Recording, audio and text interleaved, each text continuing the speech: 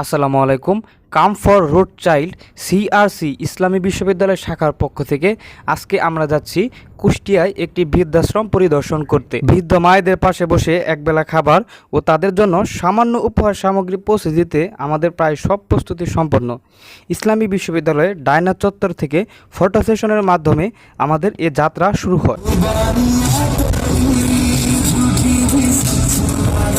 সংগঠনের সবাই যেহেতু আমরা ইসলামী বিশ্ববিদ্যালয়ের শিক্ষার্থী, সেজন্য বিশ্ববিদ্যালয় থেকে একটি বাসের ব্যবস্থা করা হয়। কুষ্টিয়ার উদয় মা ও শিশু পুনর্বাসন কেন্দ্র পরিদর্শনের পথে একটি চা আড্ডার আয়োজন করা হয়। চা খাওয়ার জন্য বাসটিকে নিয়ে যাওয়া হয় কুষ্টিয়ার লাহিনী বটতলাতে, যেখানে বিখ্যাত মালাই চা ও পোড়া রুটি পাওয়া যায়। আপনারা ফেসবুক বা ইউটিউবে এই মালাই চায়ের অনেক ব্লগ এবং ভিডিও পেয়ে যাবেন। আমার মাঝে মাঝে এখানে আসা হয় এই মালাই চা খাওয়ার জন্য। কখনো বিরক্ত বোধ বা খারাপ লাগা কাজ করেনি। এটার একটা আলাদা একটা স্বাদ আছে, যেটা খাওয়ার পর আসলেই মনের মধ্যে একটা শান্তি কাজ করে। চায়ের ভিন্ন ধরনের টেস্ট আর কি পাওয়া যায়। তো আমাদের কাউসার ভাই, ইনি হচ্ছেন সিআরসির সভাপতি, চায়ে চুমুক দিচ্ছেন। ওনাকে অসংখ্য ধন্যবাদ সিআরসির পক্ষ থেকে এরকম একটা আয়োজন করার জন্য।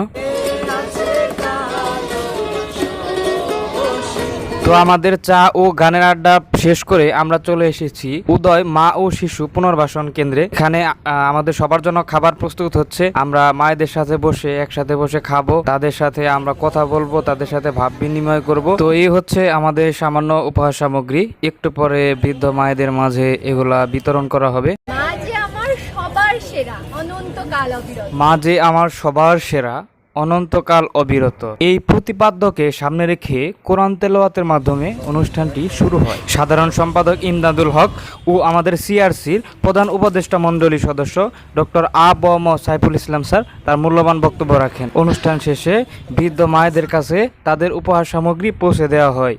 এরপরে সভাপতির বক্তব্যের মাধ্যমে আমাদের অনুষ্ঠান শেষ হয়। অনুষ্ঠান শেষে খাওয়া দাওয়ার মাধ্যমে আমাদের অনুষ্ঠানের সম্পূর্ণ কার্যক্রমটি পুরোপুরিভাবে শেষ হয়।